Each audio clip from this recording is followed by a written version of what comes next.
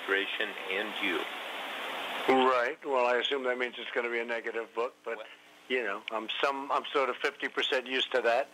That's all right. Some are good and some are bad. Sounds like this is going to be a bad one. This is a conversation between Donald Trump and a reporter who was partly responsible for bringing down Richard Nixon in 1974.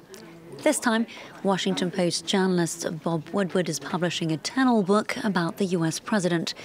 In Fear Trump in the White House, current and former aides are quoted as saying they hid sensitive documents to prevent the American leader from signing them.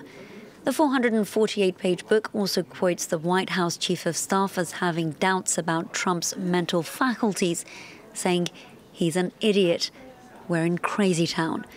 John Kelly has since denied this account. Woodward also claims Trump called for the assassination of the Syrian President Bashar al-Assad. The U.S. ambassador to the United Nations, Nikki Haley, however, has cast doubt on this story. I have the pleasure of being privy to those conversations when we've dealt with each chemical weapon strike, when we've dealt with all of the responses, when we've dealt with everything. And I have not once ever heard the president talk about assassinating Assad.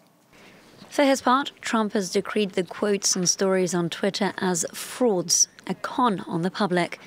Fear Trump in the White House is set for a public release on September the 11th and already sits atop Amazon's bestseller list.